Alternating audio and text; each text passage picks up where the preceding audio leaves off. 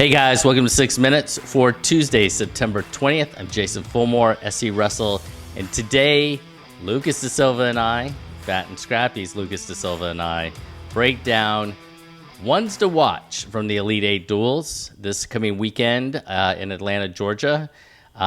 We've got 12 teams coming in and a ton of ranked wrestlers, but we also have many wrestlers who sit just outside of the top 20. And if we look back at past Elite 8 duels, we saw some outstanding individual performances, knocking off ranked wrestlers above them, so on and so forth. And that probably will happen again this weekend. And Lucas and I take a shot with every single team, one person from every single team who we think might have an opportunity to have that kind of an impact. Now, one thing I should make mention of before we start is that we went ahead and recorded this the day before the final rosters came out. I think that we might have lost one or two individuals who might have been on this list, and that's a shame. But that's just the way things work. It's not a big deal. And if we could go back, we'd probably identify another individual to take that person's place. But we roll with it. Hope to see everyone out in Atlanta on Saturday. And hope you enjoy my conversation with Lucas Da Silva. See ya. Hey, everyone.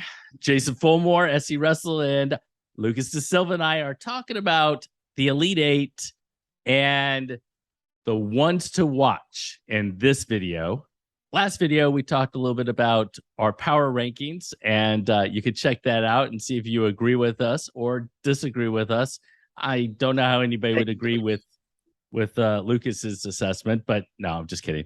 Look, I've been continuing to look like a genius this summer, so please bet against me. My picks have been beautiful this summer.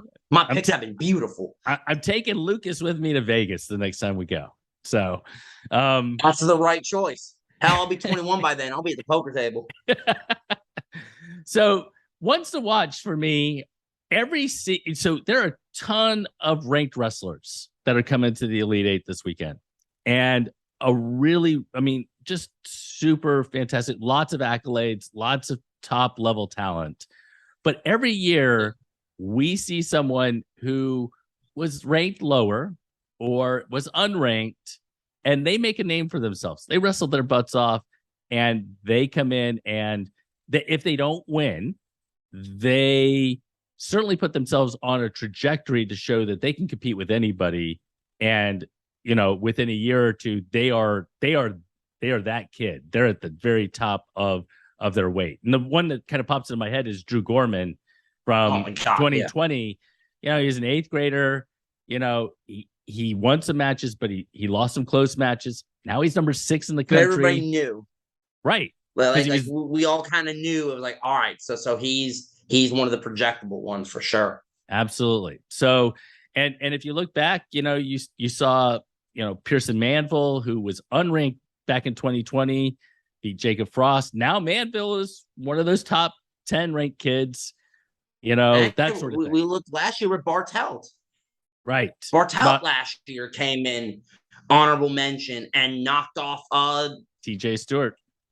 Thank you. I couldn't think of the dude's name for a second. And Sasso, I think. Didn't he beat Sasso as well? And he did beat Sonny Sasso. You're right. He did beat Sonny. He pinned him, didn't he? He might have. No, he was the OW of the tournament, right? I know he pinned somebody. He pinned somebody that it was.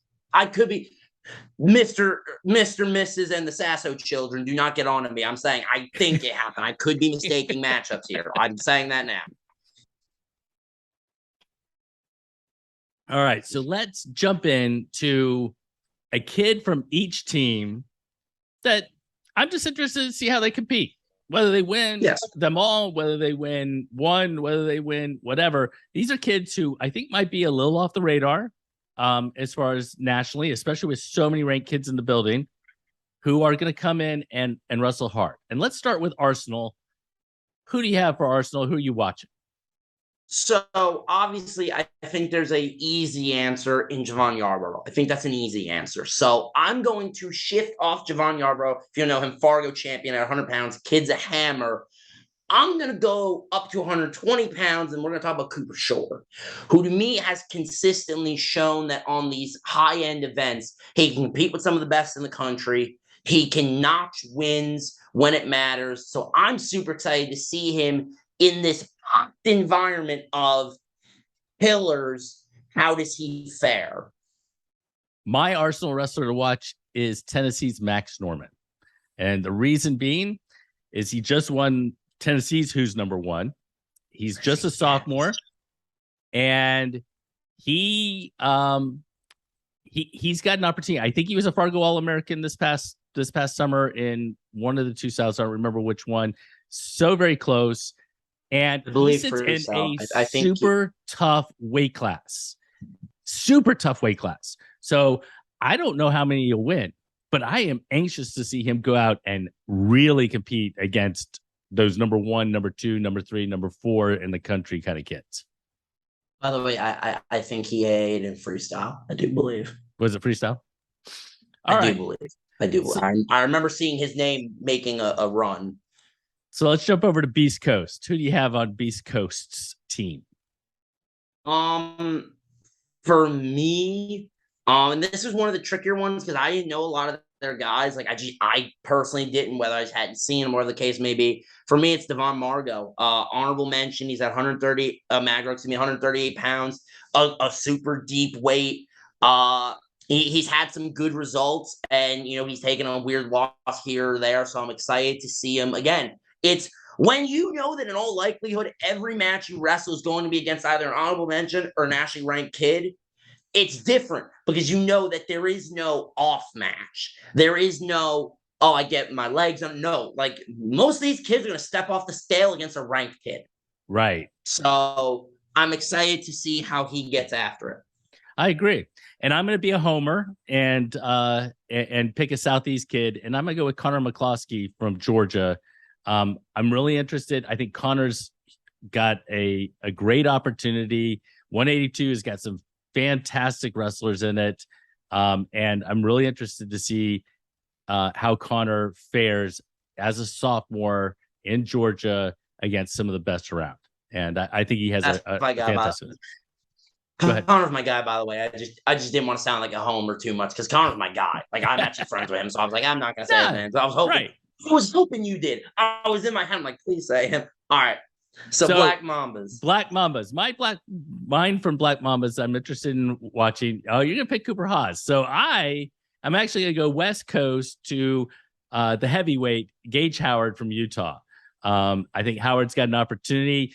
285 is one of those weight classes where he can come in and really wrestle extremely well, and can he knock off some of the other names that are at 285 like a Matthew Moore and those sorts of for instance. Yeah, like Matt Moore did to Chase Horn. Like he did to Chase Horn 2 years ago. So Black Mambas, you're picking Cooper Haas. By the way, sidebar, I don't like that we said Matthew Moore at the same time. I don't like that. But anyways, beyond that, for me, it's Cooper Haas, Army commit. I mentioned him in our when we talked about the actual team rankings. I saw Haas for the first time in person at the Knockout SummerSlam duels when I took a dual team there. And the kid was a hammer. And ever since then, whenever I've seen him at events, he's got a personality, and I'm that kind of kid where if you got personality, I'm going to rock with you because he's got a personality. His style's fun to watch. I'm super excited to see him get after it, and especially at an event like this. Last time I put eyes on him was the Grappler. Yeah, and I think and he lost in a thrilling overtime match and the Grappler. Arguably my favorite match of that event. Yeah, that was crazy. All right. So Team Carnage, who you got? Oh, okay. Tim's not who I had next. Hang on. Give me a second. Hell, I had Beast of the East next because I still had him as BOTE. Hang on. And by the way, you should not use team as the letter, but whatever. Here we go. Whatever. Cool. Team Carnage. You use team. Carnage. Yeah. Anyways. For me at 160 pounds, it's Frank Solenzana. I I've got to watch him a handful of times, and I saw him at the Grappler, wrestled incredible at the Grappler. I'm interested to see how he's going to compete. And again, he's at 160 pounds, arguably one of the deeper weights at the event. I'm excited to see how he gets after it. I like the pick. Again, we're in the Southeast, so we like to pick those kids from the Southeast. The thing is that we know the Southeast guys more. So, right. So if someone's going to yell at us because we didn't know a kid who's on Team Cali, that's a Clovis kid who was backing up a stud last year, we apologize. But listen, I live in Gwinnett County, Georgia. He lives in Redacted. So, I mean, hell. Yeah, that's a small little town in Georgia. No. Team Carnage for me is Vincent Lee from New Jersey. Vincent Lee, I think, was a sophomore last year. He's a junior this year. I think he lost in the Beast of the East finals to Kingsley Menifee. Yeah, in overtime. He had a good match too. He did have a good match, and that's actually why I picked him, because it was so cool. Like it was such a good match in that match against Kingsley Menifee that I was super impressed. 182 is a tough weight. I'm really interested in seeing him wrestle. Jumping to combat athletics. I'm going to go with Nathan Carnes, who is like gets no love at heavyweight or 220 or wherever he kind of slots in, and yet he comes and competes and wrestles, and he should be. I think he should be ranked. I think he could beat anybody in the building, and I'm really interested in watching him wrestle. Sunk my battleship. I need a second. That was who I was going to say. You can pick the same person. You can pick the same person. Oh no, because then I feel like it's fungal. Give me a second. Well, I mean, there's two more that I think combat athletics. You got Zeno Moore and Hakan Peterson in your lineup, and both of them have shown at this event that they can bang it out with the best of them. Zeno Moore, is Zeno freshman this year? I don't know if he's a freshman or not. I think he is, but he's at Lake Highland Prep, so but he's a North Carolina kid. I mean, he is right. So again, it's like the conversation you and I had with Rhett from Carolina Takedown Talk, where I said, where did he emerge from? Right. Yeah. Let's not go there. If you don't know that, go watch their video from Elite 8 last year. I was on one at Elite 8, but in all seriousness, Zeno and Hakan are both killers, both on honorable mentions lists. I'm excited to see them get after it. All right. How about Dynasty? See, Dynasty is a tough one because damn near their entire lineup is ranked. So it kind of lowers the amount of options that you have to pick. So I kind of cheated a little bit, and I picked Dagan Condimiti. Oregon State Committee, ranked number 20. He's just in the rankings, but he's one of those kids I'm excited to see because he's, you would assume he'd had a lot of really good matchups to guys that are currently ranked. When you go look, he hasn't had a whole bunch of high-level ranked matchups. It's been a lot of, so I'm excited to see how that changes this kind of an event where 106 pounds, you're going to see some of the top 10 kids in the country. Yeah, I actually like that pick. That was actually my number 2 from Dynasty, and my number 1 was Giovanni Scafidi from Jersey, who will probably split time with Joel Brown. Jersey. I'm sorry? Jersey? No, I'm a Jersey boy. Shout out Jersey. Shout out Middlesex County. I think Scafidi, Dynasty is so tough right there in the middle. Below him's Jax Forrest, above him's Vince Bozakis, splitting time with Joel Brown. I'm just really interested to see, how he fits in the lineup. I watched him wrestle this summer against Anderson Heap in freestyle, and it went back and forth. And yeah, I like to see that continued development, and that sort of thing. For Empire, are you good with Empire next? You also screwed me up. Give me a second. Whatever. All right. Just give me a second. I'll start with Empire. And my pick is Rocklin Zinkin. And Rocklin is, if you don't know the Zinkin name, very well known. this is the next Zinkin up. He's a small little, I think he's 100-pounder. Yep, he's one of the hundreds. He beat Beast Coast Paul Kenny back in December in an overtime match. That rematch should be one to watch.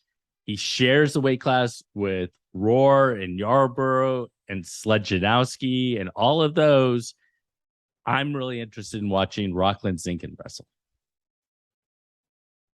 Who you got? Not a bad pick whatsoever. For me, Zinkin was one of my guys that I was looking at. I'm gonna go with former Fargo champion, honorable mention at 120 pounds, Ray Harris. He won Fargo a couple years back. Ray's a killer out of Buchanan. You know, he's well coached. Haven't seen him in the past couple years in some of these higher level matchups, so this will be a great opportunity for him. He's an honorable mention right now. I'd be willing to wager he will be ranked by the end of Elite Eight. I say that next set of rankings, he'll get a nod, whether it's 19, he'll be in there. I love it. I'm very high on. I'm very high on Ray Harris. Very high on him. I love it. All right, Indiana Outlaws. I see. I was ready for this one. I had it pulled up because I knew you were going to try to. Anyways, my one to watch for them is down at 100 pounds, Nathan Rowe, probably. Rowe.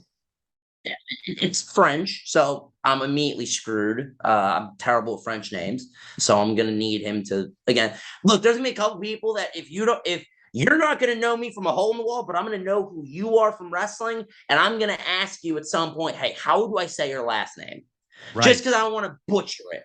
And you want it right when he's doing the announcing on the event to say Nathan Rue is, winning by 5 over so-and-so. Or like with Miss Exabuth Jones from Alexander down here, where I had to walk up on her and say, how do I say your last name? You and I both got to tell. See, I remember Exabuth, and it's Genevieve Ann and Maya Prado. You see, I remember. And you did that on purpose. And they won't see this. Absolutely. But yes, Nathan is a killer out of Indiana. I'm excited to see him get after it. I do believe he's an incoming freshman as well. I do believe. So my pick out of Indiana Outlaws is Gunnar Henry, who's up, I think, at 182. I think I picked a couple of 182, so I think that I'm really looking at that weight to see kind of who helps kind of. Well, they have a lot of guys who are in honorable mentions. Yeah. So it makes sense because there's a lot of opportunity for these guys to really make some noise. Well, and I think Gunnar Henry is on the younger side. Up at 182. He's at 195. 195. But that's I think he's gonna have a good tournament and have a real opportunity to make some noise. All right, so let's jump to Minion Legends. And do you want me to go first? You can go first because I'm going full homer with this pick. So you go first. So my pick for Minion Legends is somebody who I don't know how they're not ranked yet, and that is Latrell Schaefer. So Latrell is... I don't know either. Latrell is fantastic. He, I understand 152 is super deep. It's a great weight class. But Latrell is proven, especially here in the state of Georgia. I mean, wrestling Caleb Henson and Michael Killick and all the really, really talented 145, 52, 60s around this area. Latrell can go and compete with anybody. So I expect to watch, and I'm really interested in watching Latrell compete against some of the best 52s around. Yes. And I couldn't agree more, but my pick is, so this kid, I have been friends with him and his family since I was 8 years old. And to see this kid grow up and to see him develop as a wrestler, just in general, I am super excited. Shout out the Manellas. It must be Anthony, a.k.a. Tone Manella for me. It must be. He was on my first ever Minions team with me, funnily enough. We were on Minion Green at AAU National Duels. I've known him for years. Kid's a hammer.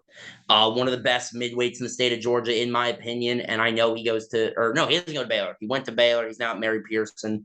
But yeah. Just Very for cool. me, it's Anthony Manella. That's my guy.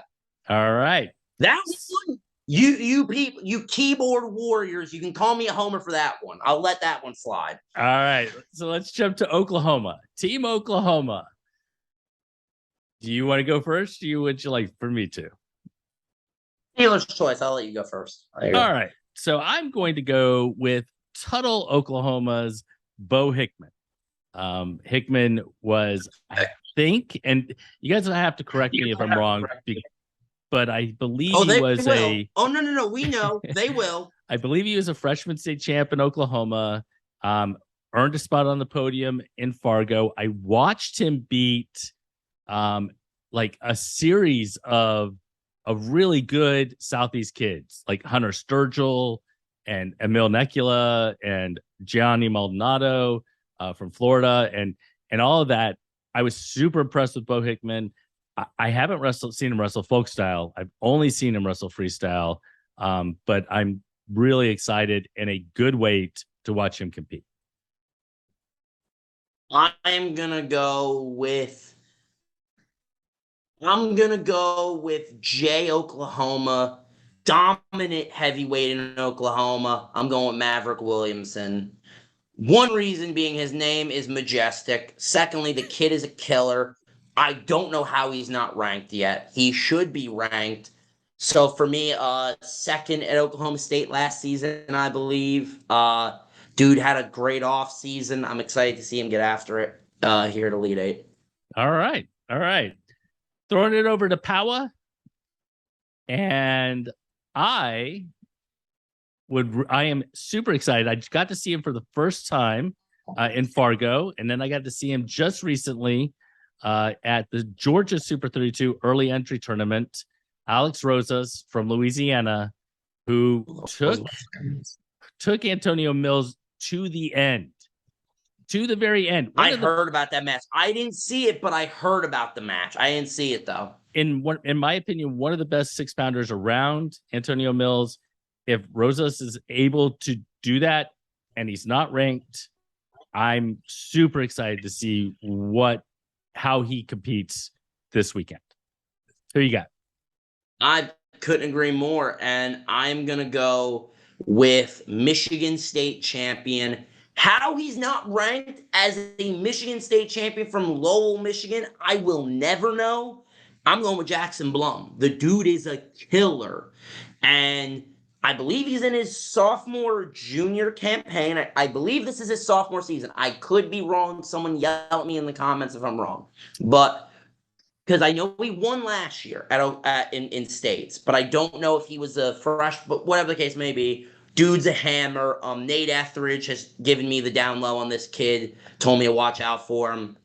Jackson Blum, he's that guy. So I think he is ranked by Matt Scouts, by Willie Saylor, but I don't think he's ranked by Flow Wrestling. So, and no offense to Willie Saylor and Matt Scouts, but I always go by Flow, and not to mention Willie Saylor yelled at me on Twitter, so.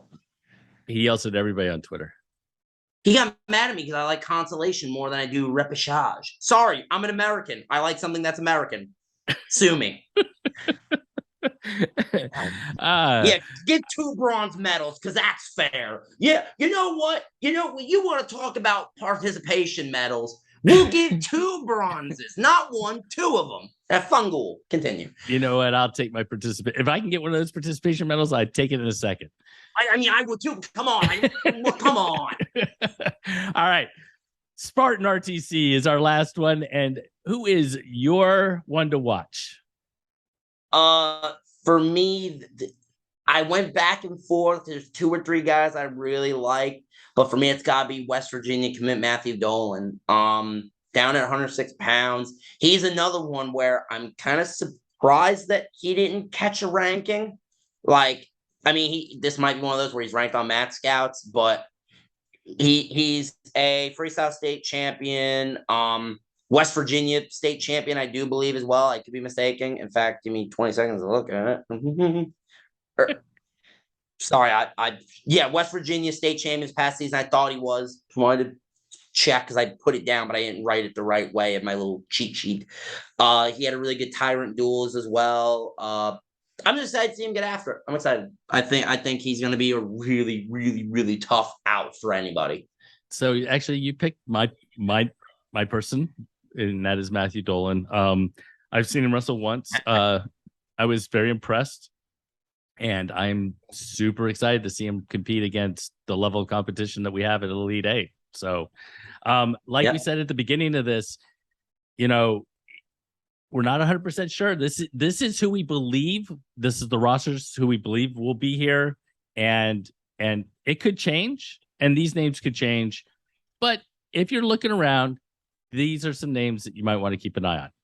Yes, sir. I have a fun question I want to ask you, and I'm dropping this on you, and I did this on purpose. I want a true blue. I don't want Southeast Wrestle. Give me Jason Fulmore on this one.